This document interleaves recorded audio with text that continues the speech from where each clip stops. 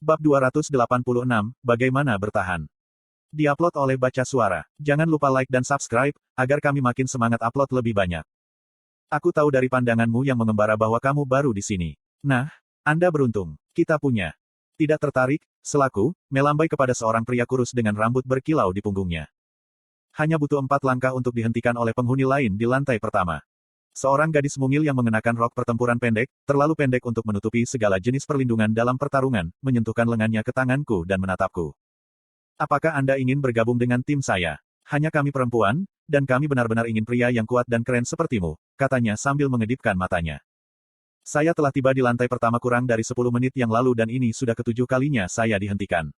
Bahkan setelah semua peringatan Alarik, aku tidak menyangka akan seburuk ini. Kehilangan kesabaran saya mengerahkan denyut ringan tekanan eterik. Riak mengalir melalui kerumunan di sekitarnya saat mereka menegang dan menjauh dari sumber tekanan. Mata gadis itu melebar dan dia melangkah mundur, menatapku seolah-olah aku adalah iblis. Pergilah, gadis busuk, Regis menyatakan secara teatrikal di kepalaku ketika gadis itu bergegas pergi. Selain dari pergerakan pekerja yang konstan dan hucksters yang selalu hadir, tidak banyak yang bisa dilihat di lantai pertama. Udara pengap dan berbau keringat, kotoran, dan kotoran. Lantai pertama terbentang bermil-mil di kedua sisiku, dan aku bahkan tidak bisa melihat langit-langit di atas kami.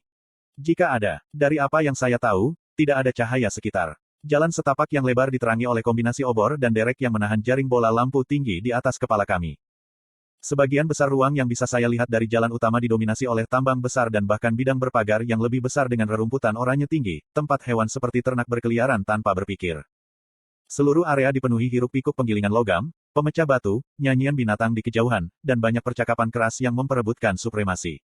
Sementara itu, pendaki berbondong-bondong menuju gerbang teleportasi menuju lantai 2. Ketika saya semakin dekat ke gerbang, kerumunan pendaki menyalurkan ke baris file tunggal lainnya. Sepasang penjaga yang mengesankan, punggung yang dicetak dengan angka rune dengan bangga ditunjukkan oleh seragam lapis baja mereka, sedang memeriksa lencana ascender mereka setiap orang sebelum membiarkan mereka lewat. Saat giliranku, penjaga mengulurkan tangan berlapis baja, menatapku dari atas ke bawah. Lencana. Saya memberinya lencana saya. Setelah pemindaian cepat, dia mengejek dan mengembalikannya kepadaku. Semoga sukses di awal Anda, Wogard. Meskipun kesal dengan pernyataan yang jelas merendahkan itu, aku mengabaikan komentar itu dan melangkah dengan hati-hati melalui portal seperti kaca yang menuju ke lantai 2. Saya lelah, kesal, dan panas karena setengah jam saya berada di lantai pertama, tetapi semua perasaan negatif itu benar-benar hilang saat saya melihat pemandangan di depan saya. Sial, Regis bersiul. Lantai 2 tidak seperti gurun industri tempat saya baru saja datang dan sama sekali berbeda dari apa yang saya bayangkan sendiri. Itu adalah seluruh kota, lebarnya bermil-mil, dibangun di bawah langit cerah tanpa matahari. Jalan-jalannya dilapisi dengan ubin dekoratif yang berkilau di bawah hamparan biru bersinar di atas kepala. Di sepanjang jalan, bola-bola cahaya lembut yang melayang-layang diisi dengan rapi, lampu-lampu jalan yang elegan, memberikan kualitas jalan yang nyaris halus. Minggir, suara serak menggonggong di belakangku. Aku tersentak dari linglung, meminta maaf kepada pria kekar itu, lalu berjalan ke depan. Banyak yang bisa diterima, bahkan untuk seseorang yang pernah tinggal di kota terbang. Jalanan sibuk tetapi tidak pernah macet, dengan pendakian di mana-mana. Rasanya seperti kembali ke aula persekutuan petualang di Sirus, jika itu telah meluas untuk mengambil alih seluruh kota. Seperti yang disarankan Alarik, bisnis yang melayani para penguasa ada di mana-mana. Tanda-tanda berhias yang tergantung di atas etalase toko bertingkat mengiklankan segalanya mulai dari pandai besi hingga tukang daging. Saya melihat beberapa toko yang menghususkan diri dalam pembuatan dan perbaikan senjata tertentu, pasar di mana orang mungkin menemukan kebutuhan yang lebih sederhana, seperti jatah kering atau sepasang sepatu bot baru, dan saya bahkan menemukan sebuah bangunan yang mengiklankan layanan yang mengesankan untuk artefak dan penghargaan. Namun, yang paling saya lihat adalah penginapan. Faktanya, sebagian besar bangunan bata bertingkat dengan berbagai warna dan dekorasi adalah penginapan, yang semuanya mengiklankan sewa kamar jangka panjang, paling sering dibayar per bulan daripada hari. Alarik benar, kamu bisa menghabiskan seluruh hidupmu di sini, gumamku pelan. Fokus, Anda terlihat seperti orang desa. Ingatlah bahwa kami di sini untuk pendakianmu, tegur Regis, meskipun dia sama asyiknya dengan tamasya seperti aku. Saya menyadari bahwa saya telah menjadi begitu teralihkan sehingga saya tidak yakin ke arah mana harus pergi untuk menemukan tim. Alarik telah memberikan beberapa tip tentang apa yang harus dicari pada rekan satu tim potensial dan negosiasi seperti apa yang diharapkan, tetapi bimbingannya tentang menavigasi level kedua, saya sadari, cukup dangkal. Berjalan kembali ke portal tempat saya tiba, saya mencari pekerja atau penjaga apapun yang dapat membantu membimbing saya ke arah yang benar. Di sisi portal ini, bagaimanapun, hanya ada aliran pendaki yang konstan. Permisi, kataku sambil menepuk pundak pria yang lewat. Tahukah Anda di mana saya bisa menemukan tim untuk pendakian awal? Pria berjanggut, yang rompi rantai emasnya membuatnya bersinar, memiringkan kepalanya ke arahku dan menatapku dengan tajam.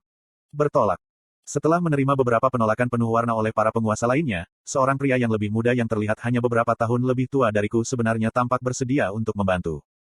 Apakah kamu serius? Tanyanya sambil tertawa geli. Ini pertama kalinya aku di sini, aku mengakui sambil menggaruk pipiku. Ayo, pria itu memberi isyarat dengan dagunya. Aku sebenarnya menuju ke sana. Saat berjalan keluar dari jalan utama, kami berdua berjalan melintasi jalan yang tidak terlalu ramai. Aku mengukur pria itu saat kami berjalan, dia mengenakan satu set baju besi kulit gelap yang pas, dibuat dengan baik tapi jauh lebih tidak mewah daripada yang pernah kulihat beberapa pendaki lain kenakan, seperti pria dengan kalung rantai emas. Dia bergerak dengan percaya diri, dengan jelas tahu persis kemana tujuannya. Jadi kamu dari akademi mana? Dia bertanya dengan lesu. Mungkin kesempatannya tipis, tapi mungkin aku seorang tawas. Saya menggelengkan kepala. Saya tidak pergi ke akademi. Paman saya melatih saya. Petik 2. Dan Anda berhasil lulus penilaian. Selamat, ucapnya sambil tersenyum sebelum mengulurkan tangannya. Omong-omong, aku Quinten. Gray, jawabku, menerima gerakannya. Jadi, apakah kamu punya kesempatan untuk berkeliling kota, Gray? Quinten bertanya, sambil menatap gedung-gedung yang menjulang tinggi di atas kami. Sedikit, kota ini bahkan lebih menakjubkan dari cerita yang pernah saya dengar. Petik 2. Nah, apa yang kamu harapkan ketika kamu memiliki kota yang dibuat khusus untuk penyihir yang kuat, katanya sambil tertawa. Anda harus melihat Summit Estate. Alis saya berkerut. Estate, seperti di rumah. Petik 2. Quinten mengangguk. Aku hanya pernah mengintip melewati gerbang, tapi ini adalah area berpagar villa untuk para pendaki berdarah tinggi. Dan mengingat berapa banyak penginapan jangka panjang yang pernah saya lihat hanya dengan berjalan di jalan, saya berasumsi harga rumah-rumah ini sangat besar. Astronomis akan meremehkan, pendengus itu saat kami berbelok ke kanan ke gang sempit di antara dua bangunan. Tidak, bahkan jika Anda punya uang, masalah sebenarnya adalah eksklusivitas. Jumlah properti di sana sangat terbatas, dan jarang orang-orang high blood yang menyerah pada prestise memiliki rumah di lantai 2. Mereka umumnya hanya akan dijual jika darah tinggi sedang berjuang. Petik 2. Saya melihat. Sang Ascender memanggulku sambil tersenyum. Hanya memberimu beberapa mimpi untuk dicoba dan diraih. Aku terkekeh. Terima kasih.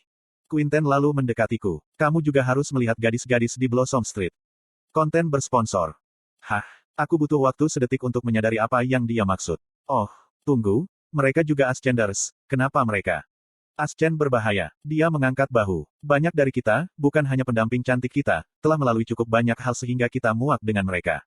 Yang lebih pintar menyadari bahwa ada cara yang lebih mudah untuk menghasilkan uang. Petik 2. Seperti memimpin penyihir malang yang hanya mencoba menjadi pendaki ke dalam kegelapan, keluar dari gang dan menjamret mereka. Tanyaku polos. Quinten berkedip sebelum menahan tawa. Kapan kamu menyadarinya? Aku melihat sekeliling, mengabaikan pendaki yang dengan tenang bersandar pada pilar batu bata yang menopang jembatan beberapa lantai di atas kami. Tidak ada satupun pendaki yang terlihat selain dari perampokku yang ramah. Cukup awal, kataku, menurunkan tatapanku untuk menemui Quinten. Tapi aku berasumsi kamu akan memiliki sekelompok preman lain yang menunggu untuk membantumu. Dia terkekeh. Mengapa saya membutuhkan satu kelompok untuk menangani satu Wogard kecil? Bentuk Quinten kabur saat dia berlari ke arahku, sebilah batu kental menyatu di sekitar lengannya. Butuh bantuan? Regis bertanya dengan malas. Saya mendapatkannya. Aku meraih bilah batu yang terwujud di seluruh tangan Quinten. Mencengkeram pergelangan tangannya dengan tangan kiriku, aku mengarahkan pedang itu dengan selamat, melangkah mundur dengan kaki kiriku, dan mengangkat siku kananku ke dagunya. Dengan momentum dashboardnya sendiri, aku hampir tidak perlu menggunakan kekuatan apapun selain menyelimuti diriku sendiri. Kepala Quinten tersentak ke belakang dan dia jatuh ke tanah, bilah batunya hancur.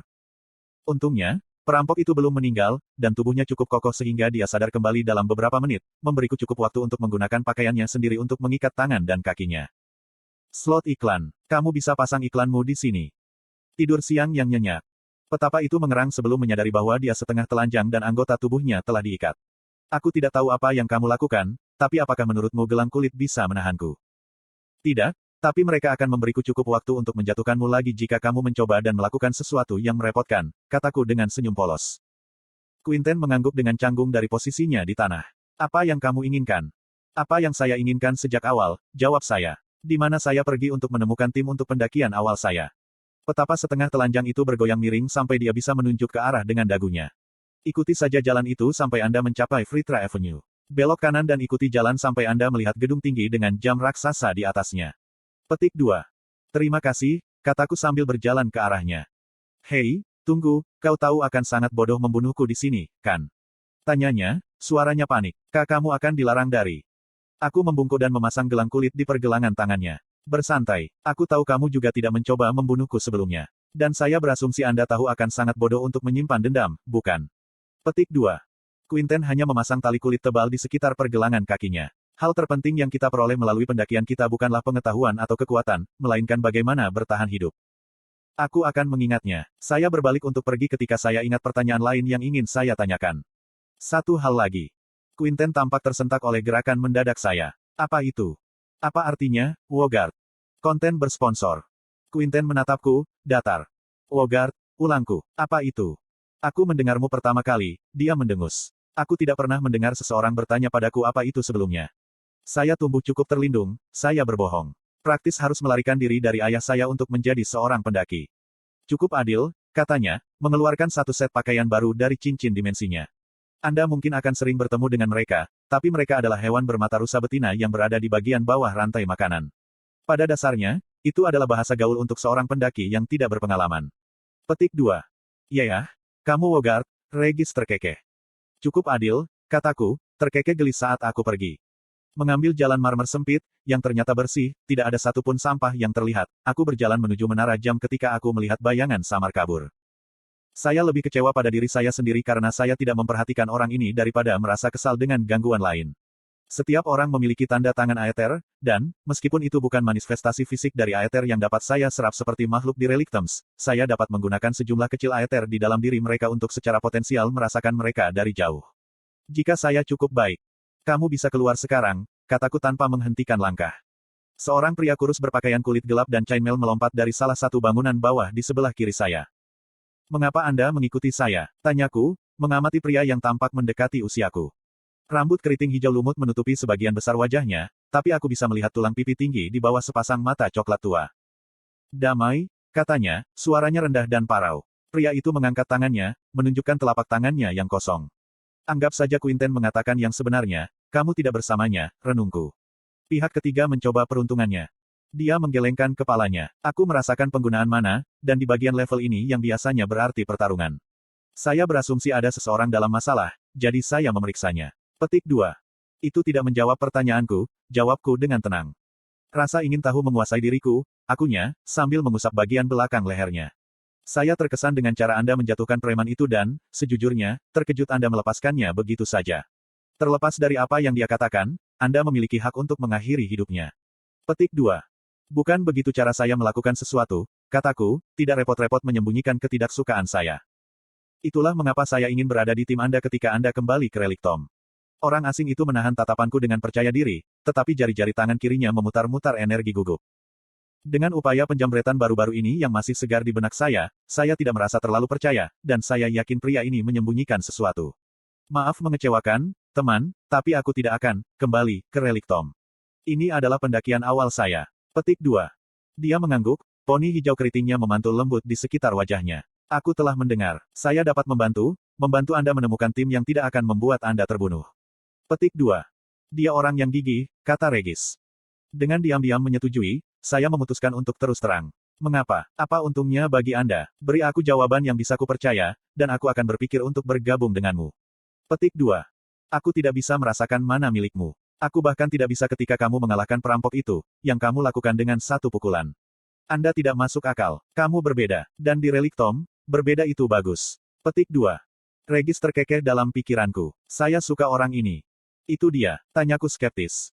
Kita semua masuk untuk alasan yang sama, menjadi kuat, menjadi kaya, katanya, tangannya mengepal untuk menenangkan jari-jarinya yang gelisah. Tapi Relictom tidak bisa dipetakan atau dipetakan. Satu-satunya cara untuk mengubah kemana Anda pergi adalah dengan mengubah dengan siapa Anda bepergian. Seperti saya katakan, berbeda itu bagus. Petik 2. Jadi menurutmu Relictums akan membawamu ke tempat baru jika kau ikut denganku.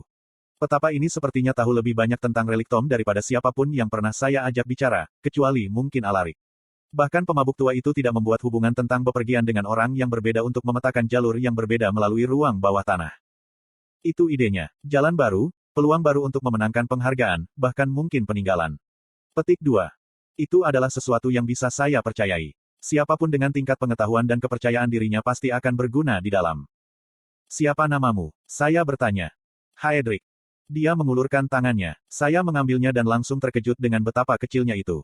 Aku bisa merasakan kapalan karena berjam-jam memegang senjata di jari dan telapak tangan, dan cengkeramannya kuat, tapi lembut. Abu-abu. Kamu tahu, Gray, kata Haedric saat kami berbalik untuk berjalan bersama menuju menara jam, kamu akan menemukan lebih sedikit tikus gang yang mau mencoba keberuntungan mereka denganmu jika kamu menunjukkan rune dengan benar. Umumnya, hanya mereka yang kurang percaya diri dengan rune mereka yang akan menutupi mereka. Petik 2. Apakah itu alasan lain mengapa penyihir memamerkan rune mereka? Saya bertanya. Maaf, saya dari pedesaan, jadi bagi saya, sepertinya mereka sedang pamer. Ini mungkin tampak sombong, dan ada banyak pendaki di luar sana yang cocok dengan deskripsi itu, tapi itu membuat hidup lebih mudah secara umum, jelasnya. Tidak banyak orang yang benar-benar meluangkan waktu untuk belajar membaca rune karena, tergantung pada mantra yang diberikannya, bisa ada banyak variasi dalam desain. Ascenders, secara umum, bukanlah kelompok yang rajin. Petik 2. Saat saya mendengarkan, saya menyadari bahwa saya belum mempertimbangkan dampak sosial dari kekuatan Anda yang ditunjukkan dengan begitu jelas kepada siapapun yang melihat. Di Dicaten, saya mungkin menilai kekuatan seseorang berdasarkan kualitas senjata dan baju besi mereka, atau karena mereka memiliki ikatan mana bis, atau, saat hal seperti itu masih mungkin, karena saya bisa merasakan mana mereka, tetapi saya masih bisa salah. Di sini, calon sekutu, atau lawan, dapat mengetahui dengan tepat kemampuan Anda hanya dengan melihat rune Anda. Pokoknya, ayo kita cari tim, lanjutnya. Ada beberapa cara untuk melakukannya, tapi saya berasumsi Anda ingin mengambil pendahuluan Anda sesegera mungkin. Iya. Kalau begitu gedung asosiasi yang diarahkan preman itu bukan ide yang bagus, katanya, memimpin. Ini cara teraman, tetapi Anda harus mengisi permintaan yang cukup ekstensif, dan mereka akan membutuhkan beberapa hari untuk menemukan Anda sebagai tim yang bersedia menerima Anda. Aku menggosok daguku, berharap bisa memukul Quinten lebih keras lagi. Lalu apa yang kamu sarankan? Haedric menunjuk ke arah jalan. Ikuti aku. Kami keluar dari jalan sempit dan menuju Fritra Avenue. Jalanan menyenangkan dengan para pendaki, beberapa mengenakan pakaian kasual sementara yang lain tampak seolah-olah mereka telah membunuh seseorang secara brutal beberapa saat yang lalu. Puluhan pohon putih dengan daun ungu lembut berdiri tegak di jalan setiap beberapa blok, memberikan keteduhan dan menyebarkan daunnya yang seperti permata. Mau tak mau aku memperhatikan mata Haedric yang terus-menerus mengamati area itu, seolah-olah selalu melihat-lihat atau semacamnya. Apakah kita tersesat? Saya bertanya. Tidak, hanya saja, ada beberapa orang yang mencari saya. Ini tidak penting. Kedengarannya penting, tapi saya membatalkan topik pembicaraan untuk saat ini. Setelah melewati menara jam yang diperintahkan Quinten untukku, kami mengambil jalan berkelok-kelok yang melewati beberapa penginapan, 2 rumah bordil, dan sebuah pusat kesehatan. Akhirnya, Haedric berhenti. Wah, Regis berkata dengan terengah-engah. Mataku membelalak saat melihat di depan kami, tidak yakin apa yang membuatnya. Kupikir mungkin Haedric tersesat. Dia balas menatapku dengan ekspresi geli, seolah menikmati reaksiku. Di sini.